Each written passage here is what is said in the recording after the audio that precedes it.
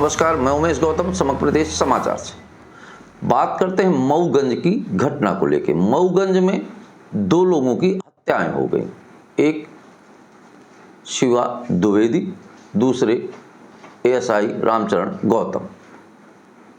होली के दूसरे दिन ये घटना घटी और घटना इतना विभक्त रूप ले लिया कि उसमें तहसीलदार के हाथ पांव तोड़ दिए, कई पुलिस वालों के हाथ पांव तोड़ दिए और इतना बड़ा दंगा हुआ। उसके बाद भी क्या वजह है कि मऊगंज में पुलिस प्रशासन अपनी काम नहीं कर पा रहा?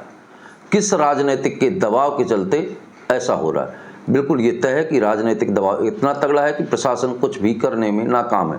हालांकि डीजीपी ने कहा था कि हम वो काम करेंगे कि नाजीर बन जाएगा, तो नाजीर तो नहीं बनी, पर एक नाजीर जरूर बनी कि फिर से थाना प्रभारी अनिल कापड़े की निजी वाहन को डंडों से स्मगलरों ने तोड़ दिया। कोरेक्स तस्करों ने दौड़ाकर उनकी पूरी गाड़ी को तोड़ डाला, पर थाना प्रभारी कुछ भी नहीं कर पाए, ना उन्हें अभी तक पकड़ पाए। उसका मूल कारण यह है कि मऊगंज में घटी घटना अभी पूरी कर नहीं पाए हैं, ताकि वहां के नेताओं के द्वारा जो आंदोलन हुई उसके बाद भी सरकारों ने कोई कार्रवाई नहीं की। अपराधियों को, कुछ लोगों को पकड़कर जेल के अंदर डाला है, पर क्या कार्रवाई हुई पूरा विस्तृत विवरण नहीं दे रहे हैं। उसकी वजह से उस क्षेत्र की जनता के अंदर से पुलिस का भय निकल गया है। वो प्रदीप पटेल जो यहां तक कि बिजली विभाग जाके अधिकारियों के पांव छू लेते थे, वो कहां मुंह छुपा कर बैठे हैं कि इतनी घटनाओं पे जाकर कम से कम अपराधियों के तो एक बार पांव छू लेते और ये बोलते कि भैया अपराध मत करो। वही प्रदीप पटेल जिनके सामने एसपी गिड़गिड़ा रही थी, वही प्रदीप पटेल जो अपनी बयानबाजी के लिए जाने जाते हैं। अगर कोई अपना बात करे नेताजी के तो उसे भिखारी कहते हैं। वही प्रदीप पटेल आखिर मऊगंज की सियासत में चुप क्यों है? क्या उन्हें डर है कि कोई और राजनीतिक उनके खास लोगों का नाम आ सकता है? हालांकि कुछ लोगों का नाम प्रशासन ने बताया है, पर बहुत सारे नाम अभी नहीं बताया। आखिर कब खोलेगी तुरंत के पत्ते? उसके बाद भी पुलिस प्रशासन की व्यवस्था इतनी गिरी हुई है कि अनिल कापड़े के थाना प्रभारी की गाड़ी को कोरेक्स तस्करों ने तोड़ दिया और इतना बुरी तरह से तोड़ा कि डंडों से पीट कर उसे तोड़ दिया। तो हम आपको बताना चाहते हैं कि पुलिस प्रशासन की अब कोई बात नहीं रह गई। मऊगंज में पुलिस बिल्कुल ध्वस्त होती जा रही है और आंदोलनों का कोई असर न हुई, ना सरकार ने कोई मांग की, ना अभी तक पुलिस प्रशासन की तरफ से कोई नोटिफिकेशन आया कि मऊगंज के नए अपडेट में हमने किसको पकड़ा। बात तो यहाँ तक कही जा सकती है कि अब शिवा द्विवेदी के घर में भी लोग डरे हुए हैं। महिलाएं रहती हैं और बच्चे जो रात के 4 बजे से ही दरवाजे बंद कर लेते हैं शाम से, क्योंकि उन्हें डर है कि जब पुलिस कुछ नहीं कर पाई तो कहीं उनके साथ भी कोई बर्बरतापूर्ण व्यवहार ना हो जाए। क्योंकि मऊगंज पुलिस का माने लत्ते का सांप, ना फूंके ना फुफकारे। या राजनीतिक दबाव है या खुद डरपोक है, ये तो वक्त जाने। दोस्तों नमस्कार।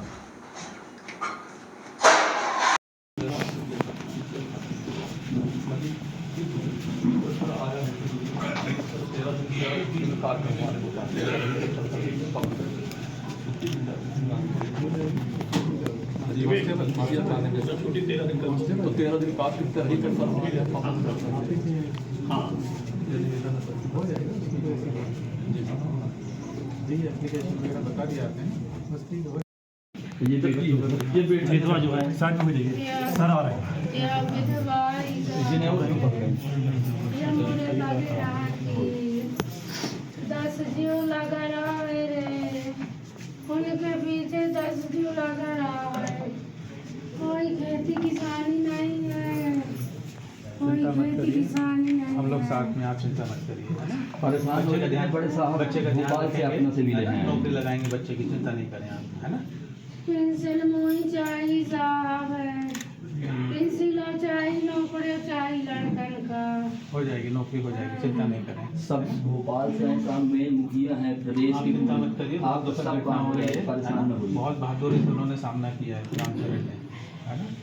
क्या करें बाबे, अजय इधर मारी नहीं।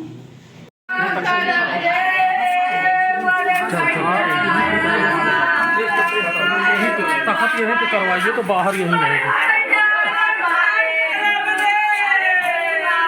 तहसीलदार साहब को भी काफ़ी चोट आई है और 3-4 और कर्मचारी हैं, लेकिन उनकी स्थिति ठीक है। तहसीलदार साहब को थोड़ी सी चोट ज़्यादा है, तो वो जीएमएच में है, इलाज चल रहा है। मैं संक्षेप में यही कहूँगा कि बहुत दुखद घटना है और द्विवेदी परिवार में भी एक बच्चे की क्षति हुई, हमारे विभाग में भी एक अधिकारी की क्षति हुई और मैं सबसे ये अपील करूँगा कि जो होना था वो तो हो गया, अब आगे शांति बनाए रखें और वैधानिक तरीके से जो भी कार्रवाई होगी हम करेंगे, उसमें कहीं कोई कमी नहीं रखी जाएगी। बस मृतक परिवार के प्रति हमारी संवेदना है और सभी से कहूँगा कि शांति बनाए रखें। तहसीलदार, एसडीओपी और एसआई सहित अन्य थाना प्रभारी और अन्य पुलिसकर्मियों को बंधक बनाया गया, उनके साथ भी मारपीट की गई, उन पर क्या कार्रवाई होगी? आपने देखा वो अभी मैं सबसे बात ही कर रहा हूँ और जैसा भी होगा वैधानिक हम कार्रवाई करेंगे, उसमें कार्रवाई करेंगे ही। और मौके पे आपने देखा कलेक्टर साहब, एसपी साहब दोनों यहीं पे हैं और भारी बल यहाँ पे है, लगातार फिक्स पिकेट और पेट्रोलिंग की जा रही है और ये उत्तेजना बस जो घटना हुई है उसको उत्तेजना जैसी ही मानी जाए। कोई भी ऐसी स्थिति न निर्मित हो गांव में कि शांति व्यवस्था खराब हो, क्योंकि अंततोगत सबको एक ही साथ रहना है, एक ही परिवार जैसे गांव में रहना है, तो शांति व्यवस्था बनाए रखें। मैं यही अपील करूंगा, जो भी वैधानिक कार्रवाई होगी हम उसको करेंगे, उसमें कोई भी कमी नहीं रखेंगे। और कुछ संदेही आरोपी भी गिरफ्तार हुए हैं, उनको भी पूछताछ करनी है, देखते हैं क्या स्थिति बनती है। कितने लोग राउंड अप हुए हैं सर? लगभग 5 से 6 लोग हुए हैं, 5 से 6 लोग। और भी लोग आरोपी बनाए जा सकते हैं? निश्चित तौर पे घटना बड़ी है, देखना पड़ेगा और बाकी पुलिस वालों से भी हम बात करेंगे, बाकी गांव के लोगों से भी बात होगी। अगर आरोपियों की संख्या बढ़ेगी, जैसी स्थिति होगी हम बढ़ाएंगे। सर, मऊगंज में घटना के बाद आप पहुंचे हैं, क्या स्थिति? आप खुद ही देख रहे हो, आप हमारे साथ आए हो, जहाँ से हम पैदल चल के यहाँ तक आए हैं। पूरे गांव में सन्नाटा है।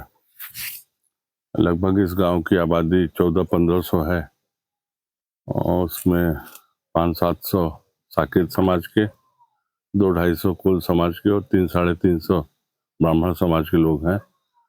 और स्थिति जो रही कि इनको गलतफहमी थी कि हमारे पिताजी का हत्या हुई, उसमें अपराध हुआ, जबकि एडिशनल एसपी ने जांच किया था, जांच में ऐसा कोई तथ्य नहीं पाया था, किंतु मन का संदेह था और आज पता चला है मृतक इधर आया था, तो उसको अपने घर में कब्जे में ले लिए। फिर संभवतः इनके परिवार के लोग भी आए थे बातचीत करने, जैसा पता चला है, लेकिन स्थिति नहीं बनी और अंततोगत तो आपने देखा कि वो द्विवेदी जी का लड़का, उसका निधन हुआ। फिर पुलिस आई, फिर काफ़ी भीड़ थी, इन लोगों ने पथराव किया, काफ़ी हंगामा किया, उसके बाद भारी बल आया। दोस्तों, अब बनिए समग्र प्रदेश के मेंबर। आप नीचे ज्वाइनिंग बटन पर क्लिक करके हमारी मेंबरशिप ले सकते हैं, जिससे आप हमारे चैनल पर आने वाली सबसे इंटरेस्टिंग वीडियोस को सबसे पहले देख पाएंगे। आप हमारे चैनल को सब्सक्राइब भी कर सकते हैं, लाइक कर सकते हैं और शेयर कर सकते हैं। और याद रखिए, बेल आइकॉन दबाना बिल्कुल मत भूलें, जिससे हमारे चैनल पर आने वाले वीडियोस को आप सबसे पहले देख पाएंगे।